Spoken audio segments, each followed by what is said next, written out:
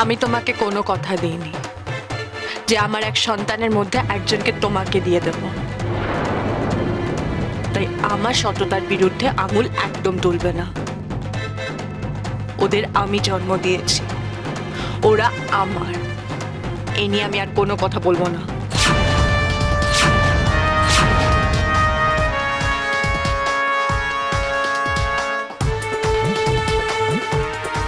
নিশিতা, তোর বউ এসব কি বলছে? কি হলো? তুমি চুপ করে আছো কেন? তুমি তোমার কথা দিয়েছিলে। নিশিতা, দাঁড়াও ডায়না।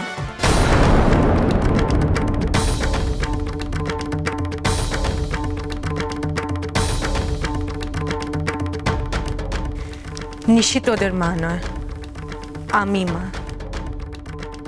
সন্তানের উপর প্রথম ও প্রধান অধিকার তার মায়ের, সেটা আশা করি ভুলে যাওনি।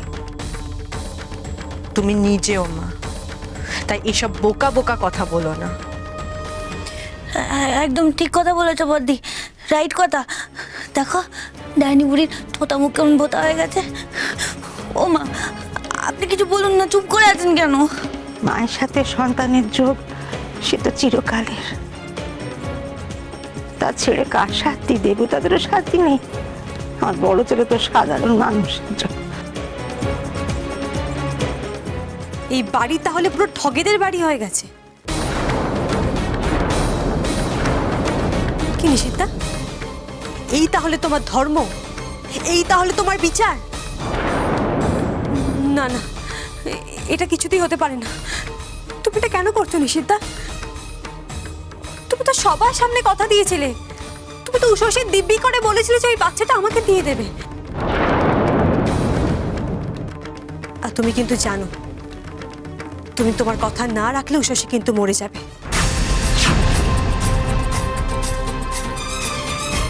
আর ওর মৃত্যুর জন্য তাই হবে তুমি।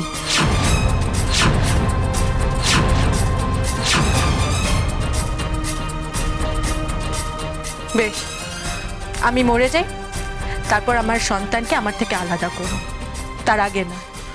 আর আমি মরে গেলে তো তোমারই রাস্তা ক্লিয়ার হয়ে যাবে ডায়না। আমার দুটো সন্তানকেই তুমি পেয়ে যাবে। না শশী, এসব তুমি কি বলছো? এরকম বলতে নেই। দেখেছেন বদ্দা, আপনি কি করেছেন? বদ্দি আপনার সাথে কথাও বলতে চান না। কেন বলবে শুনি? সব মানুষের শৈবার একটা ক্ষমতা থাকে। যদি আমার সঙ্গে ঘোষ মশাই এমন কিছু করতো আমি মানতাম। স্বামী বলেছে বলে গলায় কাপড় দিয়ে মেনে নিতুম? কখনো না, আমি কখনো মুখই দেখতুম না তার। জেনে শুনে মায়ের কোল থেকে সন্তান কেড়ে নেওয়া পাপ, মহাপাপ। সেই মহাপাপই তো করেছে বদ্দা। ব্যাস, আর বলতে হবে না। হ্যাঁ, আমি পাপ করেছি, কিন্তু কেন করেছি জানো? কারণ ডায়নার কষ্ট আমি দেখতে পাচ্ছিলাম না। রাজা কোথায় আছে, আদৌ আদৌ ও আর আছে কিনা আমি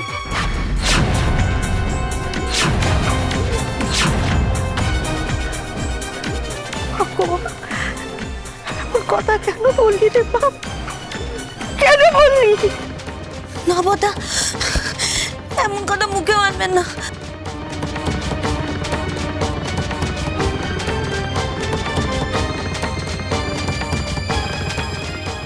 সন্তান হারানোর যন্ত্রণা আজ আমি বুঝতে পারছি।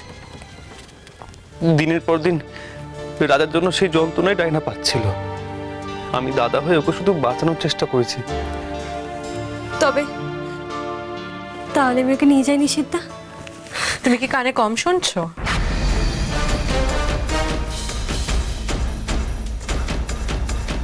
মানে এ আবার কি কথা? নিশিত রাজার জন্য এরকম একটা কথা বলল শুনে আমার বুক কেঁপে উঠল। মা কাকলি নিশিত কেঁদে উঠল। আর তুমি কথাটা শুনে কোনো পাত্তাই দিলে না, নাকি শুনতেই পাওনি?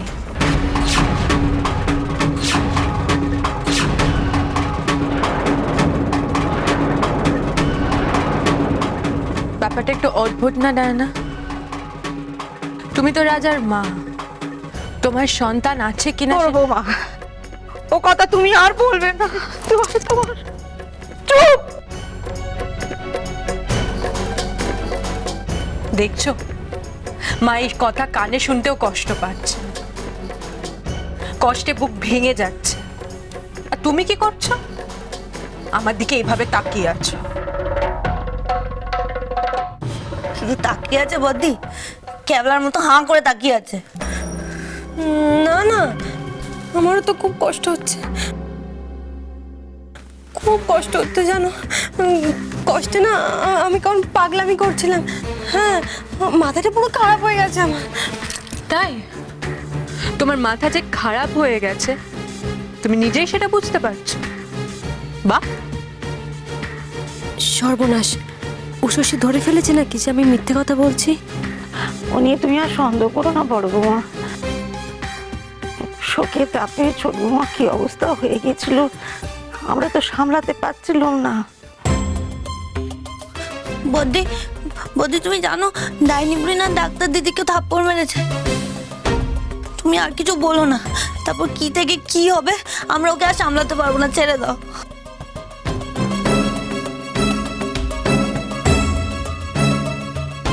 আমি সব দিক ভেবে এই কাজটা করেছি উষসী, নাহলে হয়তো ডায়নাকে বাঁচানো যেত না। ওর এতটাই খারাপ অবস্থা হয়েছিল তখন। জানি তুমি কি করেছো, সেটা তুমি ঠিক করেছো না বেঠিক করেছো তার উত্তর তোমার কাছেই আছে।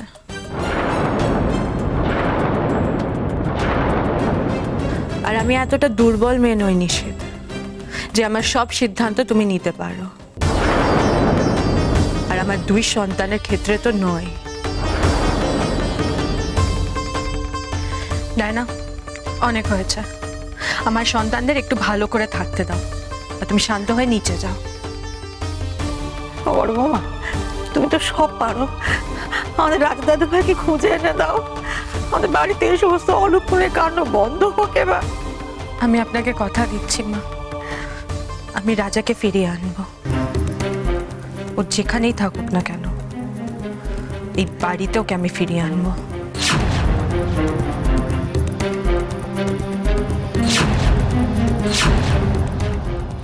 আনবে বড় বৌমা, তুমি সত্যি সত্যি রাজা দাদু ভাইকে বাড়িতে আবার ফিরিয়ে আনবে?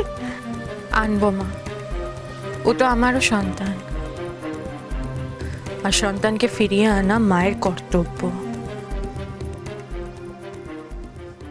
উষসী, আমি জানি তুমি আমাকে ক্ষমা করবে না, আমার বলার কোনো মুখও নেই, কিন্তু উষসী তুমি শুধু রাজাকে ফিরিয়ে দাও। আমি আমার ছেলেদের আমার কাছেই দেখতে চাই, আমি আমার সন্তানদের 2 হাতে বড় করতে চাই উষসী।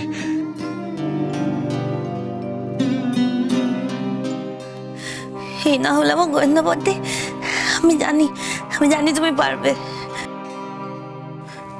না না, কিছুতেই না।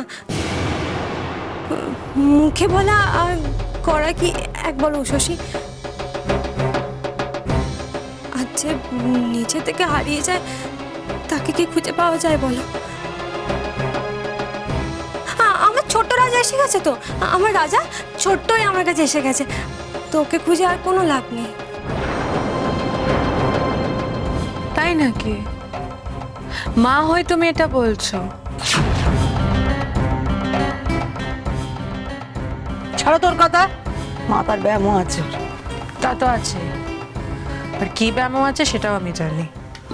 বদ্দি, তুমি নার্সিংহোম থেকে ডাক্তারি শিখে এসছো, বলো না ডাইনি বুড়ির কি হয়েছে?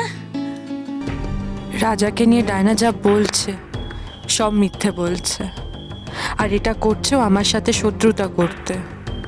ও হয়তো জানে রাজা কোথায় আছে, এখনো আমি শিওর নই, কিন্তু ডায়না খুব নিশ্চিন্ত জানো, আর সেটাই সব থেকে বড় খটকা।